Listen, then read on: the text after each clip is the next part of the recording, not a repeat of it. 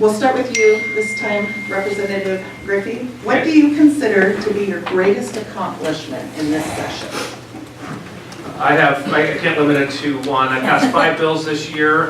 2 of them are really near and dear to my heart, and I think they can significantly change the policy in Washington State. One was removing the property taxes that our nonprofit senior centers have to pay when they rent out their facilities. The savings locally, so it brings directly about $60,000 back into Mason County, and the $60,000 of services that our nonprofit senior centers can then deliver and leverage that money far outweighs what it can do in the $84 billion bucket that we have in the legislature. So that one I'm very proud of. The next one, so I have we had an idea of how we changed from my background as a firefighter.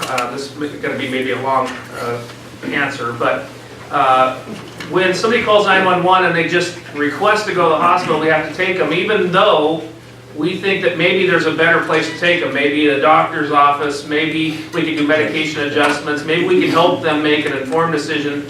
So I passed a bill called the FD Cares Bill, that'll allow rulemaking from the Department of Health on how we could reimburse for, instead of that expensive transport to the hospital and that expensive emergency room stay, can we help them stay at the house and maybe find the appropriate place for someone to go, be it a doctor's appointment where we can help them get to the doctor's appointment, maybe they just need a ride.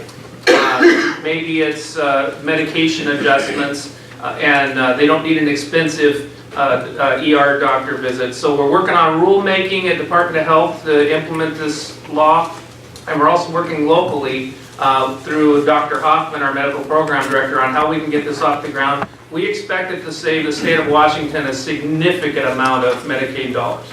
Anyway, those are my 2 successes. Big successes.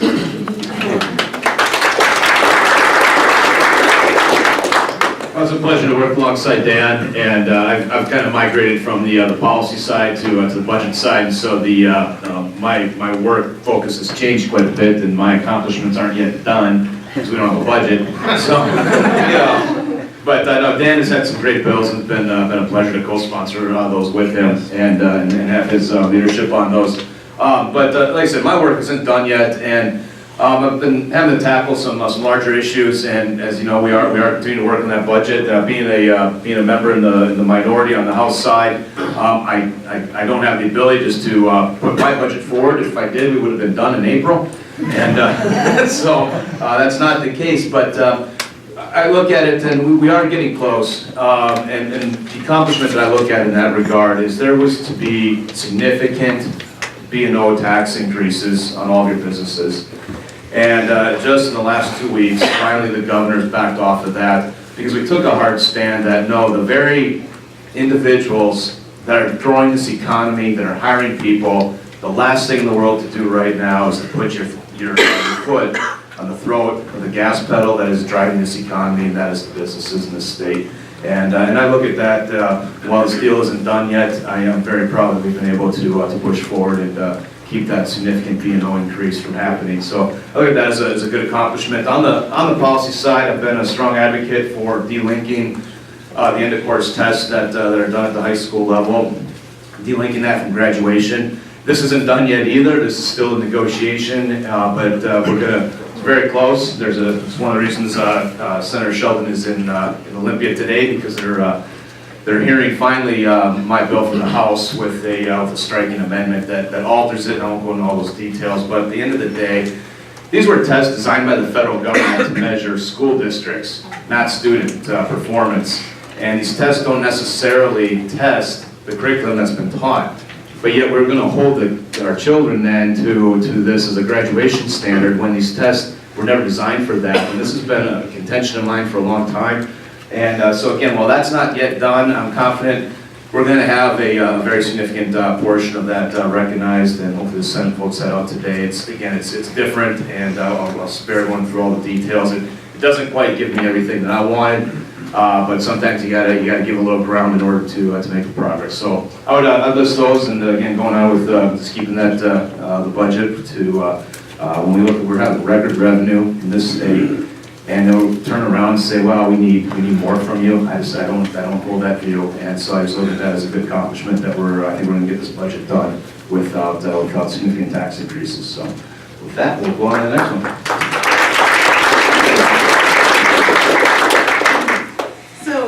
We all know that it's give and take in the legislature and that you have to make some choices and everything. What was one thing that you tried to get accomplished but didn't? And this again, I have to say too, and I do enjoy working with Representative MacEwen.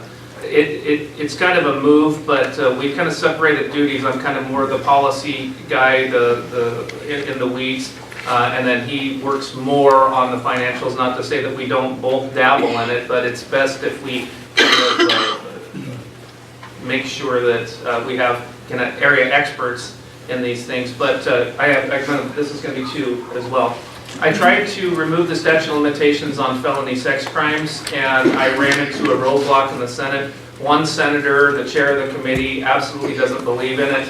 And that broke my heart that I couldn't get it done this year. I got it out 90-4. We had a couple members absent out of the House, and I couldn't even get a hearing in the Senate. So it broke my heart. I'm going to continue to work on it. It's the right policy for Washington State. 2 other states have done it, and I'm going to continue to hold that mantle high. Another one that was a significant disappointment.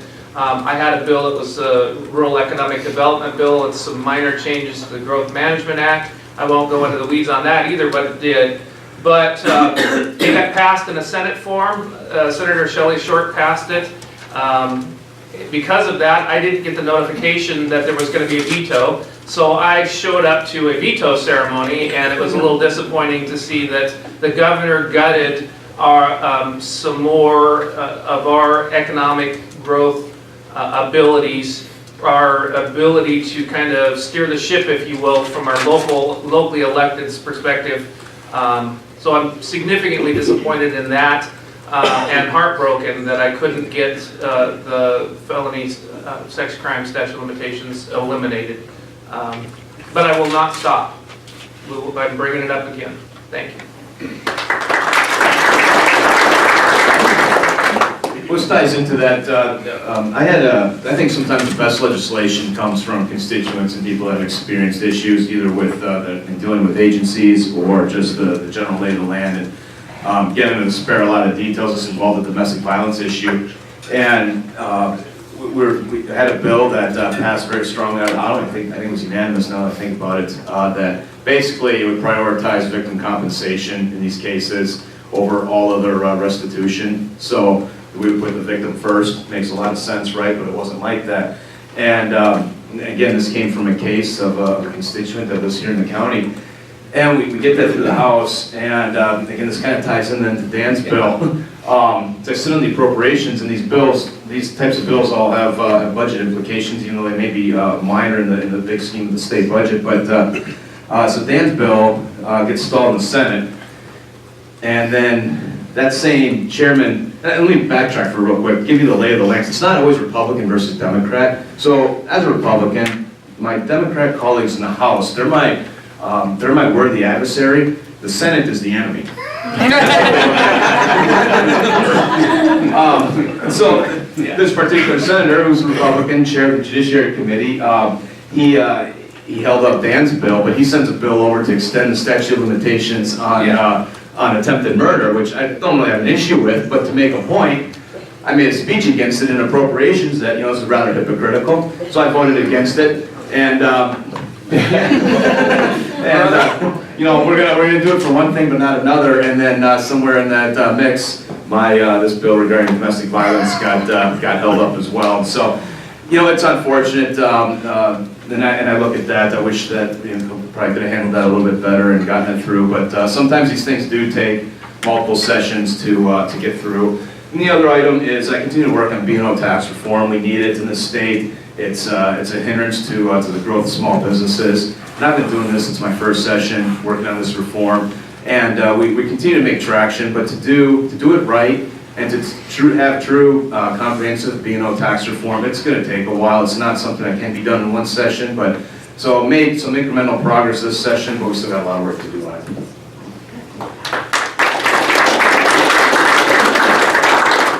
So that's a good segue into my final question for you before we do questions and answers is knowing that things change, directions change, also that we haven't even finished this legislative session.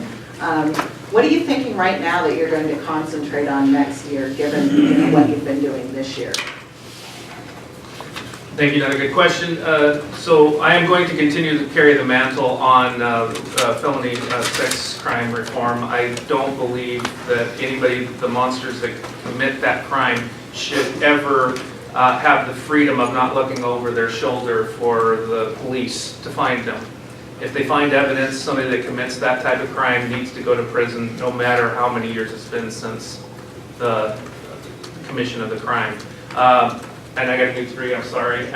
So I'm working on, I'm just going to continue to work on Growth Management Act reform to give our locally elected officials the ability without, so all too often our locally electeds act in a risk-averse way on economic development because if they do something, they get sued by an organization, and even if they prevail, they just wasted, $200,000-$300,000 in court, and it draws out. So they have a tendency to be a little bit risk-averse because I think they should be, right? They don't want to waste your money in litigation.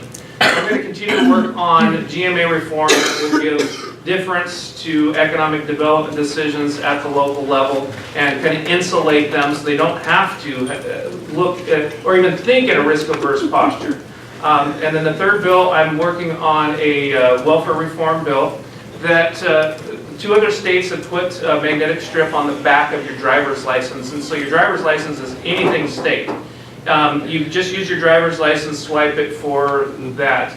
Now, people that are involved in law enforcement understand that when we bust drug labs and we bust drug dealers' houses, how many EBT cards, what percentage of drug habits are being funded by the electronic debit transfer cards, and it's alarming. We're trying to come up with this reform that says we respect and we want to make sure people are able to get that, but since we have such a heroin epidemic problem and drug problem in Washington State, we do not want to be funding that habit with the good people of the state of Washington's money. So we're working on that. This bill could be a long time in the coming, but because we changed the driver's licenses this year with the to comply with the Federal Travel Act, or so we can actually fly. I figured this was the time that we could look into how could we, really change it up and maybe kill 2 or 3 birds with one stone. Anyway, thank you.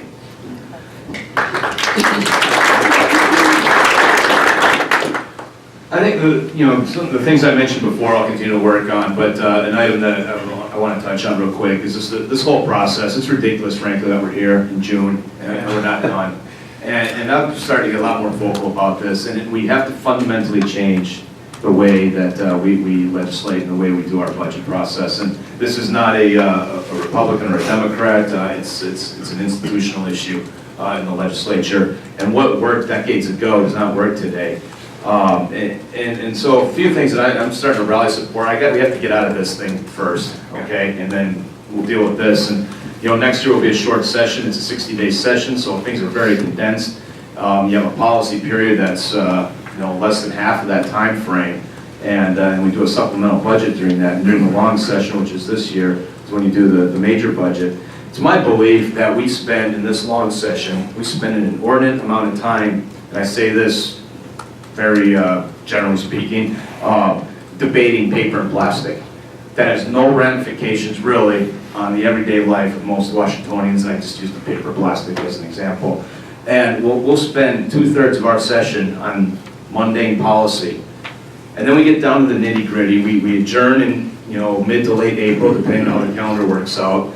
But we don't even roll out a budget because of that process. A budget doesn't get rolled out, regardless of which party's in control, until early April. And then you send it over to the other chamber, and you really start that process. The true process doesn't really begin until you have almost a week left in the session. It's impossible. When you're talking about $40 billion, you're gonna have differences, right? I mean, you're not gonna, even if you have one party control the whole deal, you're gonna have differences.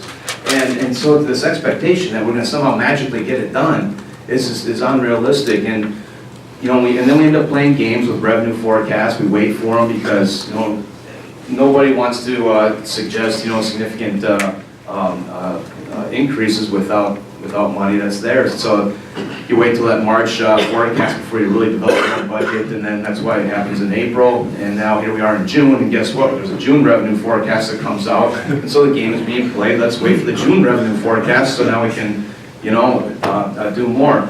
And then combine that with, and I'll pick on both sides. You have a Senate Republican majority, and you have a House Democrat majority. Both come out with budgets that are extremely partisan, that speak only to their base. And yet they present these as realistic starting points. And they're 180 degrees apart. There's no collaboration to bring that forward. And then we have a governor that's absent. In my 5th year, this is the least I've ever seen this governor. And you talk with it, I'm not saying that because we're in opposite parties. You speak with my colleagues that were there prior to me that served under Gregoire, and she'd pull you into the room and say, damn it, we're gonna fix this now. And that just does not happen. So we have a lack of an engagement from the administration. We have partisan budgets that are so extreme that they're nowhere close to each other. There's no collaboration with the minority party in either chamber. And you have a handful of personalities, frankly, that are in the way. And that needs to change. And I'm going to start really working on making those changes. And I believe so when we're in a long session like this, that our policy period should be condensed like it is in that 60-day session. So we have a small amount of time to work on the policy. I mean, my God, you have all year to write a bill. You don't have to wait till January. You can have these things ready. We don't have to be in session to get a bill prepped. And have that consolidated period of time that is for policy. And that leaves the bulk of that session then to truly do a budget. And secondly, that is having that collaboration with minority parties. I'm also on the capital budget, which is our infrastructure. And that is a much more collaborative process that involves all sides. And that budget that comes forward, while there ends up being tweaks that are done, it's much more agreed upon long before a vote's ever taken. We just don't do that on the operating side, and we need to. Or we're going to continue to do this nonsense. And then also, we've got to, not only do we have to have realistic budgets from the 2 chambers, but the administration needs to put out a realistic budget. You get people that come in to meet with you, to advocate for their cause or their agency, whatever the case may be. Well, it's in the governor's budget. No kidding, everything was in the governor's budget. I mean, that's not even a starting point. I mean, he puts out a budget that, it's got everything, because he can write a budget and make, he has to do 2 budgets. He has a book 1, which is based on existing law, and then a book 2 budget, which is, he can assume that the legislature will do whatever he wants. And that included a ton of taxes that increased spending an astronomical amount, and so it conveniently puts everything in there, and then we've got to be the ones to go out and say, this isn't happening. And so when you've got divided government, where you have one vote majorities in both chambers, we got to be a little realistic here in getting these things done. And so I'm going to continue I'm going to start really working on this when we get done here, and gain support, because we can make these changes through our rule process in the House and the Senate. And we have to have cutoff dates mean things. Right now, they really don't. They do if it's convenient. You can't hear a bill, you can't hear a policy bill after a certain date on the calendar, but we make a whole litany of exemptions for that. And we need to stop that. And again, so there's some personnel issues there that we'll have to drive through, but it's my hope to form a coalition that can really have some responsible governing going forward. So we wouldn't see that till the next budget, which would be, what year is it, 17? 19. Odd years, sure. Yeah. So that is my long-term hope, is to really work on those things. Thanks.